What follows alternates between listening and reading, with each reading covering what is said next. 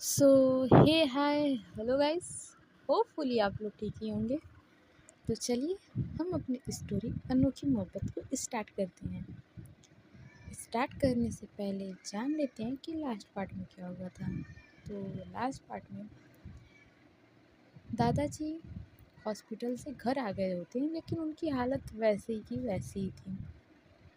इधर आर्य पूरे दिन बस कामों में उलझी हुई होती है। वो ना किसी से कुछ बात करती, ना ही घर पे ज़्यादा रहती थी।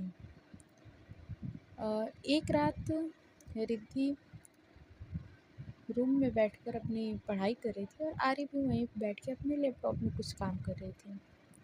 उसको ये भी नहीं पता था कि रिद्धि रूम में है या नहीं। रिद्धि ने जब देखा कि रात के 2 बज गए हैं, तो उसने अपना सारा सामान उठाया और बैग में पैक करके साइड में रख दिया और आर्य की तरफ देखते हुए बोली, आर्य आ जाओ, चलो सोते हैं। तो आर्य बोलती, मुझे बस थोड़ा सा और काम है, वो करके मैं आ जाऊंगी। जिस पर रिद्धि आर्य के करीब जाकर कहती है, आर्य कामों में इतना बिजी मत हो जाओ कि खुद का ध्यान भी न रखो। आर्य बोलती है, ऐसा कुछ नहीं है जैसा कि तुम सोच रही हो। जिस पर रिद्धि बोलती है, फिर कैसा है तुम ही बता दो। आजकल तुम्हें सिवाय काम के कुछ सोचता भी है? इस तरह तो तुम बीमार ही हो जाओगी। तो आर्य बोलती है, लेकिन ये बहुत ज़रूरी काम था।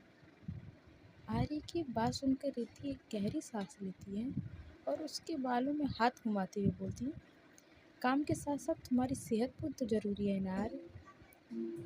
रिद्धि के इन बातों का शायद आर्य के पास कोई भी जवाब नहीं था, इसीलिए आर्य चुप हो जाती है। अब इसके आगे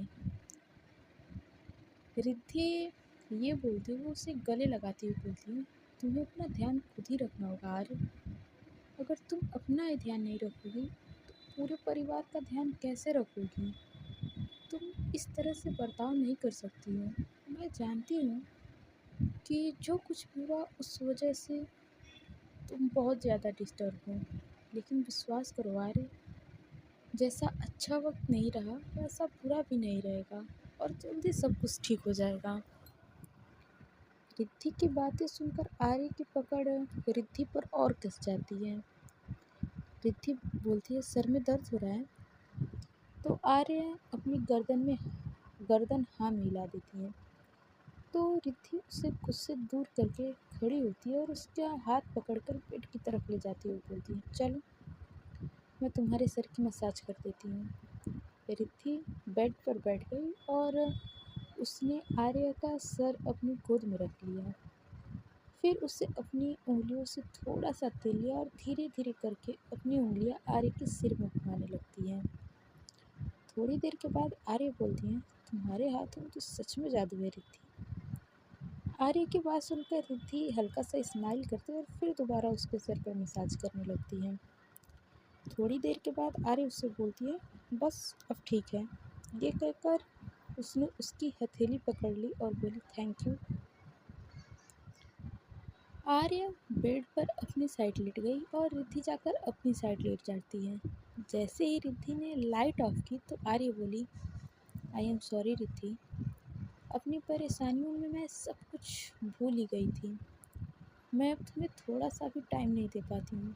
तुम्हें इतनी मुश्किल वक्त में मुझे मेरे परिवार को इतने अच्छे से संभाला, लेकिन मैं तो इन सब के बदले तुम्हें वक्त भी नहीं दे पा रही हूँ। समझ में नहीं आ रहा है क्या करूँ।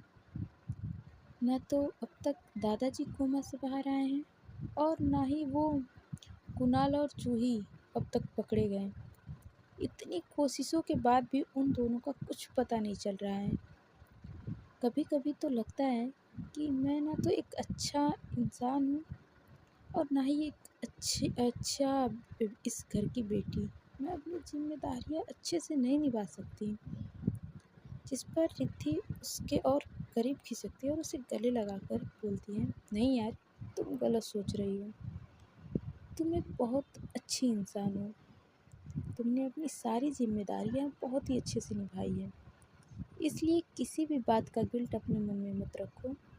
और रही बात मेरी, तो मुझे लेकर परेशान मत हो। मैं अच्छे से जानती हूँ कि इस वक्त तुम कितनी परेशानियों में हो, इसलिए मुझ पर ध्यान नहीं दे पा रही हो। और हम दोनों सिर्फ सुख के नहीं बल्कि एक दूसरे के दुख के भी साथी हैं। और फिर ये वक्त एक दूसरे से शिकायतें करने का नहीं बल्कि एक दूसरे के साथ निभाने का है। वक्त दो सबको, सब कुछ ठीक हो जाएगा। जिस पर आर्य बोलती है, तुम्हारे तो एग्ज़ाम चल रहे हैं ना रिद्धि, और फिर तुम्हें इसके आगे अपनी पीजी भी तो करनी है। तुमने सोचा है कि कहाँ से करोगी? फॉर्म भर दिया है तुमने? जिस पर रिद्धि बोलती है, हाँ भर तो दिए हैं। मेरे एग्ज़ाम होने के बाद ही उनका एड्रेस एग्ज़ाम है, सॉरी एंट्रेंस एग्ज़ाम है, जो कि ऑनलाइन होगा, तो तुम मेरी टेंशन मत लो।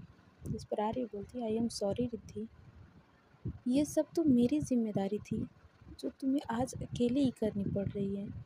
लेकिन तुमने कौन सी यूनिवर्सिटी का फॉर्म भरा है?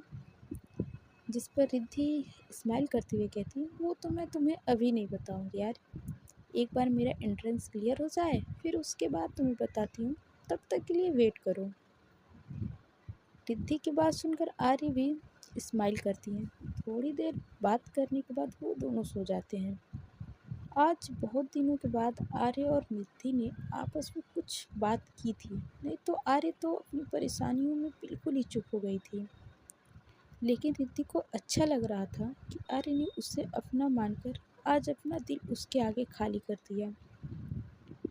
रिद्धि ने अपनी आगे की पढ़ाई करने के लिए एंट्रेंस एग्ज़ाम भी दे दिया था, लेकिन उसके बारे में अभी तक आर्य को कुछ भी नहीं बताया था।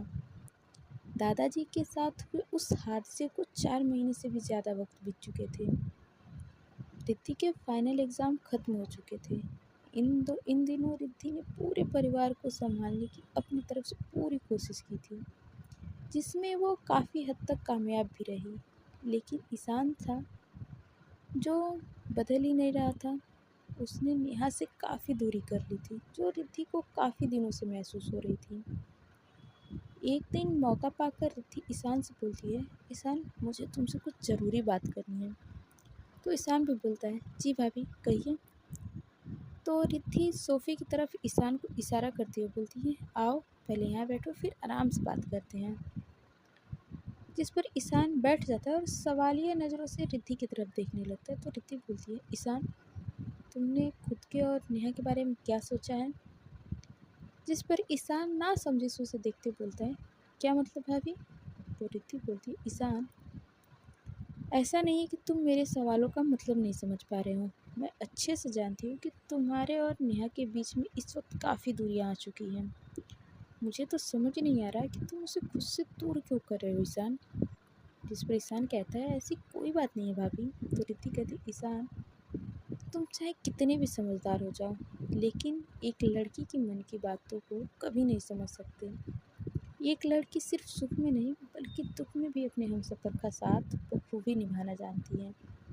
इस वक्त नेहा तुम्हारा सहारा बनना चाहती है, वो तुम्हें प्यार देना चाहती है, तुमसे तुम्हारी परेशानियाँ दुख सबको बांटना चाहती है, लेकिन तुम हो कि तुमने उससे खुद से दूर कर दिया है, क्यों? जिस पर ईशान बोलता है, भाभी पास रहने से उम्मीद बढ़ती है और मैं नहीं चाहता कि नेहा फ़िलहाल मुझसे कोई भी उम्मीद रखे। ईशान की बात सुनकर रिद्धि उसे हैरानी से देखने लगती है। तो ईशान फिर से बोलता है, भाभी मैं अच्छे से जानता हूँ कि नेहा हमारी शादी को लेकर बहुत ज़्यादा एक्साइटेड थी। वो चाहती थी कि ये सब खत्म होने के बाद हमारी शादी जल्द से जल्द हो जाए, लेकिन आप ही बताइए कि इन हालातों में कैसे उसके ख्वाबों को पूरा करूँ, जबकि सच तो ये है कि मैं अभी शादी करना ही नहीं चाहता, और ना जाने मुझे खुद को शादी के लिए तैयार करने के लिए कितना वक्त लगेगा। इसलिए मैं नहीं चाहता कि अब वो मुझसे कोई भी उम्मीद रखे। अगर वो चाहे तो मुझसे रिश्ता तोड़कर भी किसी और से जोड़ सकती है। दोनों बात कर ही रहे होते हैं कि तभी पीछे से दादी माँ की आवाज़ आती है। दादी माँ ज़ोर से चिल्लाते हुए ईशान से कहती हैं, तुम कैसी बातें कर रहे हो? दोनों के दोनों पागल हो गए क्या? रिश्तों को खिलवाड़ समझते हो कि जब मन किया तब जोड़ लिया और जब मन किया तब तोड़ लिया? तुम्हारे लिए ये कहना और करना बहुत आसान होता है, लेकिन किसी और के लिए ये रिश्ता ये रिश्ता जुड़ चुका है तो वो अपने दिल से जोड़ी है और अपनी आखिरी सांस तक उस रिश्ते को निभाती है। तुम्हारा रिश्ता तुम्हारे दादाजी ने नेहा के साथ जोड़ा था और अब मेरी मर्जी ये है कि तुम और नेहा जल्द से जल्द शादी कर लो। जिसे सुनकर ईशान बोलता है, लेकिन दादी माँ, मैं अभी शादी के लिए रेडी नहीं हूँ। दादाजी की ऐसी हालत है और आप कह रही हैं कि मैं शादी कर लूँ। जिस पर रिद्धि बोलती है, मेरे ख्याल से दादी माँ सही कह रही हैं ईशान, तुम एक बार सोच कर देखो। उसके बाद से दादी माँ कहती, ईशान तुम स्वार्थी हो रहे हो। तुम इस वक्त सिर्फ खुद के बारे में सोच रहे हो। एक बार नेहा और उसके मम्मी पापा के बारे में सोच कर देखो। 1 साल से ज़्यादा हो गया है तुम दोनों का रिश्ता तय हुए। अब फाइनल एग्ज़ाम के बाद तुम्हारी शादी होनी थी। अगर टाइम पर शादी न हुई तो उनके मम्मी पापा पर क्या बीतेगी और क्या बीतेगी नेहा पर। जिस पर ईशान कहता है, मैं दादाजी के बिना ये शादी नहीं करूँगा दादी माँ, और यही मेरा आखिरी फैसला है। जिस पर दादी माँ कहती हैं, इस घर में फैसले बड़े करते हैं ना कि बच्चे। तुम्हारे दादाजी आज अगर ठीक होते तो ये शादी बहुत धूमधाम से करते। तुम शादी धूमधाम से न करो, लेकिन सिंपल रीति रिवाज से तो शादी कर ही सकते हो। जिस पर रिद्धि बोलती है, ईशान अपने बारे में ना सही, एक बार नेहा के बारे में सोचो। वो कब से तुम्हारी दुल्हन बनकर आने के लिए तैयार है। कब से उसने न जाने कितने सपने सजाए हैं तुमसे शादी करने के लिए। तुम अच्छे से जानते हो ना कि वो तुमसे शादी पहले ही कर लेना चाहती थी। वो तुम्हारे लिए अपनी पढ़ाई भी छोड़ देने को तैयार थी। तो अब तुम्हारा फ़र्ज़ बनता है कि तुम उसका साथ छोड़ने की बजाय उसका साथ दो। तो ईशान बोलता है, लेकिन तभी दादी माँ बीच में बोलती थोड़ा ज़ोर से बोलती हैं, लेकिन कुछ नहीं ईशान, ये हमारा घर है। तुम्हारे दादाजी ठीक होते तो ये जिम्मेदारी खुद निभाते। अब अगर वो बिस्तर पे हैं तो अब ये मेरी जिम्मेदारी बनती है कि मैं ये काम अपने हाथों से और समय पर पूरा करूं। तुम्हें ये शादी करनी ही होगी और तभी करनी होगी जब ये शादी तय हुई थी। ऐसे ही काफ़ी देर तक बात होती रहती है। काफ़ी देर तक ईशान मना करता रहता है, लेकिन फिर भी दादी माँ के कहने पर वो शादी के लिए मान जाता है, लेकिन सिर्फ कोर्ट मैरिज करने के लिए। दादी माँ तभी अपना फ़ोन निकाल कर नेहा के मम्मी पापा को फ़ोन मिलाती हैं और उन्हें कोर्ट मैरिज करने के लिए मनाती हैं। पहले तो वो लोग मना करते हैं, लेकिन फिर नेहा और दादी माँ के ज़ोर देने पर कोर्ट मैरिज के लिए मान जाते हैं और अगले ही दिन कोर्ट में जाकर नेहा और ईशान की शादी हो जाती है। रिद्धि घर पर नेहा और ईशान का अच्छे से स्वागत करती है और नेहा का गृह प्रवेश कराती है। ऐसे ही रात का समय हो जाता है। रात को ईशान अपने रूम में आता है। ईशान को आता देखकर नेहा उसके पास आकर उसका हाथ पकड़कर उसको सोफे पर बिठाती है और उससे कहती है, मैं जानती हूँ ईशान कि तुम इस वक्त शादी के लिए तैयार नहीं थे और तुमने ये शादी सिर्फ और सिर्फ दादी माँ के कहने में आकर की है। ये सुनकर ईशान उसे देखने लगता है तो वो आगे कहती है, देखो ईशान, तुम मुझे गलत मत समझना, लेकिन मैं नहीं चाहती कि तुम्हारे और मेरे रिश्ते में भी वो सब हो जो रिद्धि और आर्य के रिश्ते में हुआ था। उन दोनों की बात अलग थी और हम दोनों की बात अलग है। वो दोनों ही एक ज़बरदस्ती के रिश्ते में बंधे थे, लेकिन हम दोनों के साथ ऐसा कुछ भी नहीं है। माना कि अभी हालत सही नहीं है, लेकिन हम दोनों एक दूसरे से प्यार करते हैं और यही मेरे लिए काफ़ी है। नेहा की बातें सुनकर ईशान की आंखों में नमी आ जाती है और वो बिना कुछ कहे बस अपनी मासूमियत भरे चेहरे को लिए नेहा को देखता रहता है। ईशान कुछ नहीं कहता तो नेहा उससे सवाल करती है, तुम मुझसे प्यार तो करते हो ना ईशान। नेहा का सवाल सुनकर वो फिर से उसकी निगाहों में देखने लगता है। तो नेहा कहती है, तुम चिंता मत करो ईशान, मैं तुमसे इस रिश्ते को बढ़ाने के लिए ज़बरदस्ती नहीं करूँगी। जब तक कि सब कुछ पहले जैसा ठीक नहीं हो जाता है, मैं तब तक इंतज़ार करूँगी, लेकिन प्लीज़ मेरा साथ कभी मत छोड़ना। अगर तुमने मेरा साथ छोड़ दिया तो मैं जी नहीं पाऊंगी ईशान। तुम्हारी बेरुखी अच्छी नहीं लगती मुझे। तुम्हारा मुझे इग्नोर करना मेरा दिल बर्दाश्त नहीं कर पाता। ये कहते कहते नेहा की आंखों से आंसू आ जाते हैं और उसकी आवाज़ भी लड़खड़ाने लगती है। तब ईशान को समझ आता है कि उसने नेहा को जाने अनजाने में कितना दुख पहुंचाया है। वो अपने दुख में ये भी भूल गया था कि नेहा भी तो उसी से जुड़ी हुई है। उन दोनों का रिश्ता दिल के रिश्ते से जुड़ा हुआ है। तो उन दोनों की खुशी और गम भी तो एक ही है। पहले तो ईशान ने नेहा के आंसू को पोंछा और फिर झट से उसे गले लगाकर बोला, आई एम सॉरी नेहा। मैं तो अपने दुख में ये भी भूल गया था कि तुम्हारी तरफ भी मेरी कुछ जिम्मेदारियां बनती हैं। रिश्ता हम दोनों ने अपनी मर्जी से जोड़ा था, लेकिन उसे सच्चे दिल से तो सिर्फ तुमने निभाया है। मुझे माफ़ कर दो, मैंने तुम्हें बहुत हर्ट किया ना। ये सुनकर नेहा अपना सर ना में हिला देती है।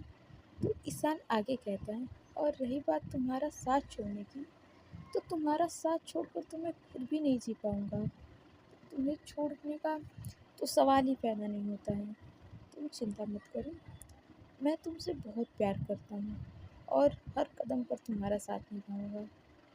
मेरी वजह से तुम पहले ही बहुत सारी परेशानियाँ उठा चुकी हो। मेरी वजह से तुम्हारे सारे सपने अधूरे रह गए हैं। लेकिन तभी नेहा उसके मुंह पर हाथ रखते हुए बोलती है, प्लीज़ ईशान, तुम इस तरह मुझसे माफ़ी मत मांगो। तुम्हारी वजह से कुछ भी नहीं हुआ है। जो कुछ भी हुआ उसमें मेरी मर्जी भी शामिल थी। ये शादी सादगी से करने का फैसला मेरा भी था। मुझे तो सिर्फ तुमसे शादी करने से मतलब था। अब वो सादगी से हो या पूरे तामझाम से, उससे क्या फ़र्क पड़ने वाला है। तो तुम्हें ऐसा कुछ भी सोचने की ज़रूरत नहीं है। मैं जानती हूँ कि दादाजी की ऐसी हालत होने के बावजूद ये शादी, ये रिश्ता, सब कुछ ऐसे अचानक हो जाने से तुम परेशान हो। लेकिन तुम चिंता मत करो, हमारे रिश्ते को आगे बढ़ाने के लिए तुम्हारे ऊपर कोई भी दबाव नहीं है। जब तक तुम दिल से आगे बढ़ने को तैयार नहीं होते, तब तक हम दोनों अच्छे दोस्त बनकर रहेंगे। हम दोनों के बीच कुछ भी नहीं बदलेगा। सब कुछ पहले जैसा ही रहेगा। तुम्हारी ज़िंदगी में शामिल होना सबसे बड़ा सपना था, जो अब पूरा हो चुका है। मुझे मेरी ज़िंदगी की सबसे बड़ी खुशी मिल चुकी है और अब मुझे और कुछ नहीं चाहिए। नेहा की इन सारी बातों को सुनकर ईशान का दिल भर आया था। वो अपने मन में खुद से बोलता है, कितनी अच्छी लड़की है। एक लड़की के कितने सपने होते हैं अपनी शादी को लेकर, लेकिन मेरी वजह से इसने वो सब छोड़ दिए। ये तो मेरे लिए अपनी पढ़ाई तक छोड़ने को तैयार थी, और एक मैं हूँ कि इसके लिए अपनी जिद तक नहीं छोड़ पाया। बस अब और नहीं। ईशान को इस तरह से खोया देखकर नेहा ने उसे हिलाया और बोली, बस अब और नहीं नेहा, जो कुछ भी हो चुका है मैं उसे बदल तो नहीं सकता, लेकिन अब मैं तुम्हारे साथ कुछ भी गलत नहीं होने दूंगा। हर चीज़ का एक वक्त होता है। अगर वो चीज़ अपने वक्त पर न हो तो उसका महत्व कम हो जाता है। अब तुम्हें तुम्हारी ज़िंदगी की सारी खुशियाँ मिलेंगी, वो भी अपने सही वक्त पे। अब तुम्हें किसी भी चीज़ से कोई भी समझौता करने की कोई ज़रूरत नहीं है। और रही बात हमारे रिश्ते की, तो हम मन से एक तो पहले ही हो चुके हैं। और फिर वो शरारत से उसकी तरफ झुकते हुए बोलता है, और आज हम दोनों तन से भी एक हो जाएंगे। ईशान की ये बात सुनकर नेहा के चिक्स रेड हो जाते हैं। वो शर्मा कर वहाँ से जाने लगती है कि तभी ईशान ने उसकी कलाई पकड़कर खुद की तरफ खींचा। तो नेहा संभल नहीं पाती है और वो लड़खड़ाकर ईशान के ऊपर गिर जाती है।